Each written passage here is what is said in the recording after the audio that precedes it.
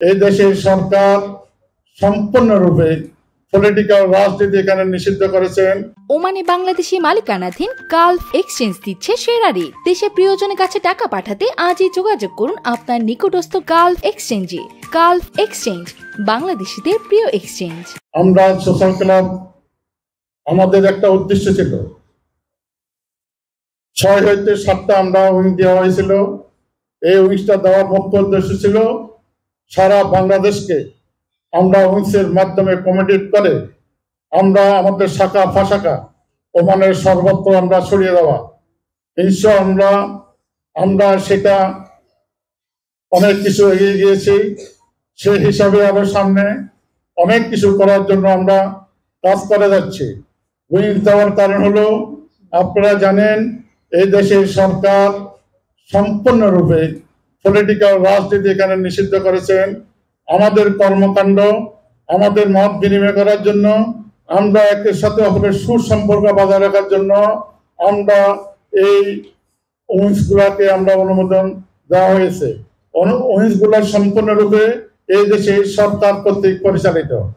তাহলে আমরা কিভাবে বাংলাদেশকে পুরো আমরা কমিউনিকেট করতে পারলাম, সেই জিনিসটা আপনারা অবশ্যই বুঝতে পারছেন।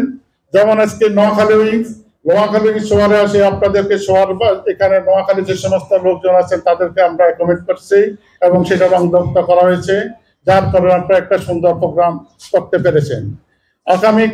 আগামী কিছুদিন, আগামী বছর এই নোয়াখালী উইংস আমি মনে করি ইফলি অথবা নাজওয়াতে এই ধরনের ইফতারের ব্যবস্থা করবেন। তেমনি ভাবে চট্টগ্রাম উইংস কিছুদিন আগে একটা প্রোগ্রাম করেছে, আমরা অবশ্যই দেখতে পেরেছেন। এর আগে আপনার ঢাকা উইংস একটা প্রোগ্রাম করেছে, এর আগে আপনার নর্থ বেঙ্গল একটা উইংস করেছে। এর অর্থ বাংলাদেশে যারা এখানে মানে বসবাস করেন তারা প্রত্যেকে তাদের সংস্কৃতি, তাদের সুন্দর ব্যবস্থা, ইফতার এবং কি নিজের আশা আকাঙ্ক্ষা ব্যক্ত করার সুযোগ পেয়েছেন। আরেকটু শুনলে আমরা অবশ্যই খুশি হবে। আপনারা দেখতে পেরেছেন এবং শুনতে পেরেছিলেন যে অনেকে এখানে শহরে যারা বসবাস করেন অনেকে আমার সামনে উপস্থিত আছেন। আপনাদের জন্য একটা সোশ্যাল ব্রাঞ্চ অনুমোদন করে আমাদের হাতে এসে পৌঁছেছে আজকে থেকে 6 মাস আগে। কিন্তু আপনাদের এখানে কিছু সমস্যার কারণে আমরা সেটা দিতে পারি নাই।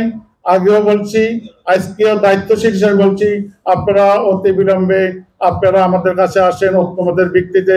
আপনারা আপনাদের জন্য যেই সোশ্যাল ক্লাবে একটা ব্রাঞ্চ অনুমোদন দেওয়া হয়েছে সেটা দায়িত্ব আপনারা গ্রহণ করেন।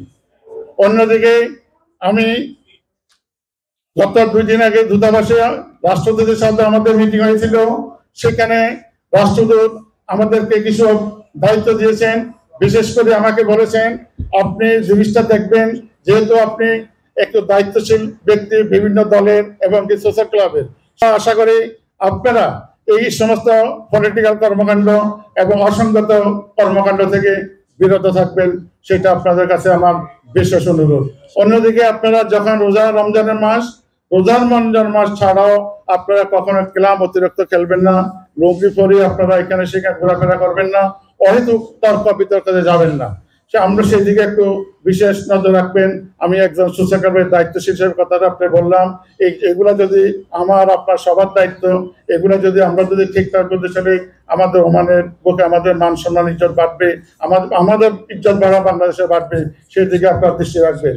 আমি পরিশেষে আপনাদের এখানে যারা আসছে সবার সুস্বাস্থ্য কামনা করি এবং নোয়াখালী উইংসকে আবার ধন্যবাদ জ্ঞাপন করে আমি আমার বক্তব্য এখানে শেষ করছি। আল্লাহ হাফেজ।